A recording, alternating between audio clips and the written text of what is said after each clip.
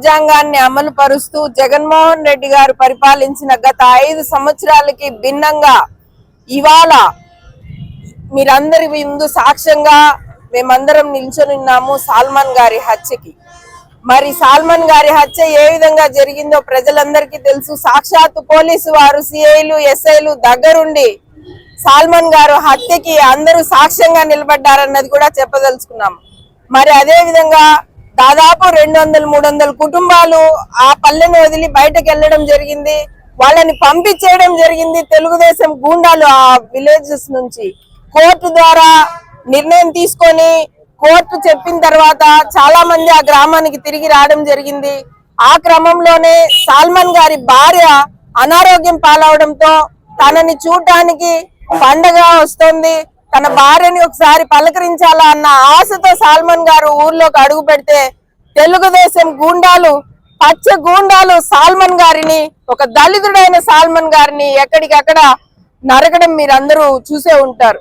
మరి ఈ విధంగా రాజ్యాంగాన్ని, అంబేద్కర్ గారి రాజ్యాంగాన్ని అమలు చేయాల్సినటువంటి చంద్రబాబు నాయుడు గారు, లోకేష్ గారు రాసినటువంటి రెడ్ బుక్ ని అమలు చేస్తూ రాష్ట్రాన్ని ఈ విధంగా దళిత వ్యతిరేకంగా పరిపాలిస్తున్న చంద్రబాబు నాయుడు గారు ఇప్పటికైనా ఆలోచించి ఈ ప్రభుత్వ హత్యలను ఆపి పోలీసు వారికి తగిన హెచ్చరికలు, వాళ్ళకి ఏ విధంగా ప్రజలతో నడుచుకోవాలా అన్నది పోలీసు వారికి వారు హోంమంత్రి ద్వారా విన్నవించి వారిని, ప్రజల్ని మంచిగా సుపరిపాలన దిశగా ఇకనైనా అడిగిడతారు అని అనుకుంటున్నాము. మరి దళితులందరూ కూడా రాష్ట్రంలో పార్టీలకు అతీతంగా దళిత సంఘాలందరూ కూడా ఈ హత్య వైపు ఒకసారి చూడాల్సిందిగా మేము కోరుకుంటూ, ఈ విధంగా హత్యలు చేసుకుంటూ పోతే ప్రజలు ఏ విధంగా ఉండాలో రాష్ట్రంలో దళిత సంఘాలందరూ కూడా ఒకసారి ఆలోచించి అందరూ మంచి నిర్ణయం తీసుకొని సాల్మన్ గారి కుటుంబానికి కనీసం ఈ ప్రభుత్వం దగ్గరుండి చేయించిన ఈ హత్యకి ప్రభుత్వ పరంగా కనీసం వారి కుటుంబాన్ని ఏదో విధంగా ఆదుకుందామన్న ఒక చిన్న ఇది కూడా ప్రభుత్వానికి లేకుండా పోయింది.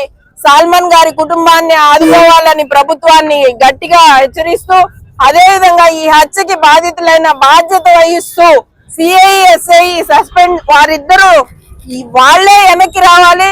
వారు వెనక్కి రాని పక్షంలో చంద్రబాబు నాయుడు గారు ఇమీడియట్ గా వాళ్ళని సస్పెండ్ చేసి పక్క నుంచి జరిగినటువంటి సాల్మన్ గారి హత్యకి సమాధానం చెప్పవలసిందిగా వైఎస్ఆర్ కాంగ్రెస్ పార్టీ తరఫున ఇవాళ విజయానంద రెడ్డి గారి ఆధ్వర్యంలో అంబేద్కర్ గారి ఎదుట నిరసన వ్యక్తం చేయడం జరుగుతోంది. రాష్ట్రంలో ఉన్న దళితులకంతా ఒక విషయం జరిగింది, మీకు తెలుసు కదా. సాలమోన్ అనే అబ్బాయి వైఎస్ఆర్ పార్టీ, సాలమోన్ అనే వ్యక్తి వైఎస్ఆర్ పార్టీకి అభిమాని. ఒక విషయం మీకు తెలుసును, చంద్రబాబు నాయుడుకు దళితులంటే ఇప్పుడు కాదు, ఆయన పుట్టినప్పటి నుంచి ఇష్టం ఉండదు. ఇది అందరికీ తెలిసిన ఒక విషయం. ఒక దళితుడు, ఒక వ్యక్తి, ఒకే ఒక రాజశేఖర్ రెడ్డి, జగన్మోహన్ రెడ్డి అభిమాని కావున ఆయన ఊరు వదిలి బయట పూడ్చున్నా ఊరికి మళ్ళీ వచ్చాడు. మళ్ళీ ఊరికి వచ్చావని ఈ తెలుగుదేశం పార్టీలో ఉన్న నాయకులు అతన్ని బహిరంగంగా చంపి పారేశారు. ఒకే ఒకటి చెప్తున్నాను, చంద్రబాబు నాయుడు గారు, దళితులంటే నీకంత ఈనం కాదు, నీకు తొందరలే ఒక రోజు వస్తా ఉంది, దాన్ని కాపాడుకునేదానికి కూడా నువ్వు ట్రై చేయి. ఇంకొక విషయం చెప్తా, దళితులు ముస్లిం అంటే అసురుడు చంద్రబాబు నాయుడు. కావాలంటే పత్రిక వాళ్ళు నీకే తెలుసు, నీకే దాని గురించి తెలుసు, ఆయన ఎంతో మాత్రం హరాస్మెంట్ చేస్తా ఉన్నాడని తెలుసును. ఇంకా 3 సంవత్సరాలు ఈ కూటమి ఇట్లే జరిగితే ముస్లిం, క్రిస్టియన్, దళితులు 100% బతుకురు. ఒక క్రిస్టియన్ ఒక మొబైల్లో పోతా ఉంటే ఒక బస్సులో నిలబట్టి టీడీపీ పార్టీ వాళ్ళు కొట్టి వాళ్ళ అందరగొందరం చేసి పారేశారు. ఇది మంచిది కాదు. చంద్రబాబు నాయుడు గారు, కూటమి ఇంట్లో జరగదు, కొన్ని రోజులే జరుగుతుంది, ఇంకా 3 ఏళ్లే నీ బాణం జరుగుతుంది. కాబట్టి దళితుల పైన నువ్వు అడ్డుకున్నావనుకో, మేము నిన్న అడ్డుకున్న రోజు సమయంలో వస్తా ఉందని నీకు హెచ్చరిస్తున్నాను. Thank you. ప్రకాష్ అండి, నాది చిత్తూరు నియోజకవర్గం 46వ డివిజన్ సంబంధించిన దళిత వ్యక్తిని.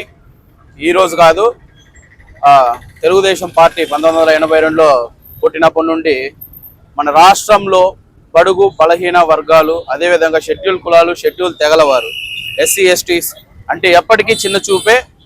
దీనికి ఉదాహరణ 1985లో జూలై 17 తేదీ కారంచేడులో జరిగిన ఒక మారణ హోమమే, మారణ కాండే దీనికి పెద్ద ఉదాహరణ.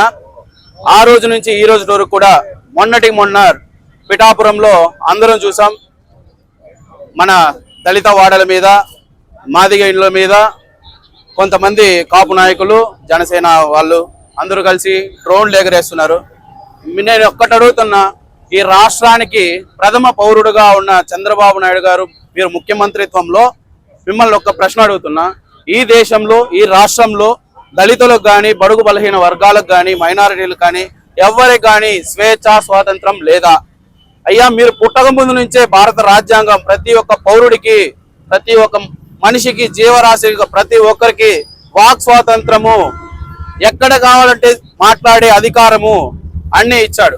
ముఖ్యంగా దళితులకి మా నాయకుడు అంబేద్కర్ గారు ఆనాడు 1980లో ఎస్సీ ఎస్టీ అట్రాసిటీస్ జరుగుతుంటే దాన్ని పార్లమెంటులో బిల్లుగా పెట్టి ప్రవేశపెట్టి మా అందరికీ అండగా మేము కూడా సమాజంలో ఎక్కడికైనా తిరగొచ్చు, ఏమైనా మాట్లాడొచ్చు, మాకు వాక్ స్వాతంత్రం ఉందని మా నాయకుడు మాకు అందరికీ మార్గదర్శకంగా ముందుండి నిలబడి ఆయన చేశారు ఈ ఎస్సీ ఎస్టీ అట్రాసిటీ కేసులో. అయ్యా, ఇంకొక ప్రశ్న అడగాలనుకుంటున్నా.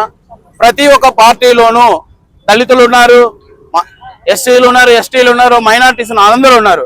అయ్యా, మీ అధికార పార్టీలో, కూటమిలో కూడా ఉన్నారు కదా, మీ అందరికీ పంచేంద్రియాలు పనిచేయడం లేదా? దళితుల మీద అక్కడ అంతంత మారణ హోమాలు, అంతమంది కొడుతుంటే, తిడుతుంటే, చంపుతుంటే కూడా మీకేం పంచేంద్రియాలు పనిచేయడం లేదా? కళ్ళుండి కళ్ళు కనపడటం లేదా? మాటలు రావడం లేదు, చెవులు వినపడటం లేదా? ఏం కనపడటం లేదా? అధికారం శాశ్వతం కాదు, అధికారం అనేది శాశ్వతం కాదు. అయ్యా, పోలీస్ వ్యవస్థను ఒక్కటి అడుగుతున్నా, మీరు పౌరులను కాపాడటానికి ఉన్నారా, లేకపోతే అధికారం ఉన్న వాళ్ళకు మాత్రమే పనిచేయడానికి ఉన్నారా? మీరు తీసుకున్న జీతాలు, మేము కూడా ట్యాక్స్ పేయర్స్మే. ప్రతి ఒక్క పార్టీ వాడు, ప్రతి ఒక్క కార్యకర్త, ప్రతి ఒక్క ఓటరు, ప్రతి ఒక్క వ్యక్తి, ఈ భారతదేశంలో పుట్టిన ప్రతి ఒక్కడు ట్యాక్స్ పేయర్స్మే. మేము కట్టిన ట్యాక్సులతోనే ఈ దేశం నడుస్తుంది. ఈ దేశంలో మీరు జీతాలు తీసుకుంటున్నది మా డబ్బులతోనే. మీరు మా అధికారం ఉన్న వాళ్ళకు మాత్రమే ఒక పక్క మాట్లాడుతున్నారు, ఒక పక్కే చేస్తున్నారు. ఇది పద్ధతి కాదు. ఎంతో మంది అర్హులం ఉన్నాం. నేను బీటెక్ చేసిన, నేను 2016లో ఎస్ఐ ఆస్పిరెంట్ ని. కట్ ఆఫ్ మార్కులో కొన్ని కారణాల వల్ల కట్ ఆఫ్ మార్కులో నాకు పోయింది. నేను ఈరోజు నిరుద్యోగిగా ఉన్నాను. నిరుద్యోగ వృత్తి ఇస్తానన్నాడు, ఇంతవరకు ఇవ్వడంలే. మేము దాన్ని ఆశించడం లేదు.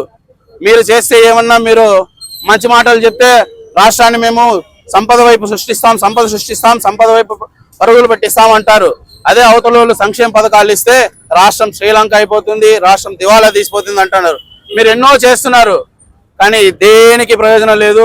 ఈరోజు చిత్తూరు నగరానికి ఎవరైనా కొత్త వ్యక్తి వస్తే ఇక్కడ జరుగుతున్న హంగులు ఆర్భటాలన్నింటినీ చూస్తే ఏదో జరిగిపోతుంది అనుకుంటున్నారు. కానీ ఇక్కడ చిత్తూరు వాసిగా, నేను ఇదే ఊర్లో 20 ఏళ్లుగా ఇక్కడే ఉంటున్నాం కాబట్టి చూసి చెప్తున్నా, ఇక్కడ ఏ అభివృద్ధి జరగలేదు.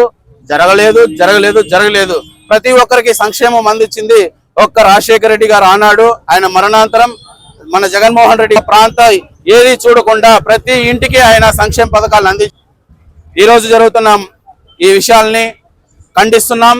దళితుల మీద జరుగుతున్న ఈ గోడుని మేము ఖండిస్తున్నాం, తీవ్రంగా ఖండిస్తున్నాం.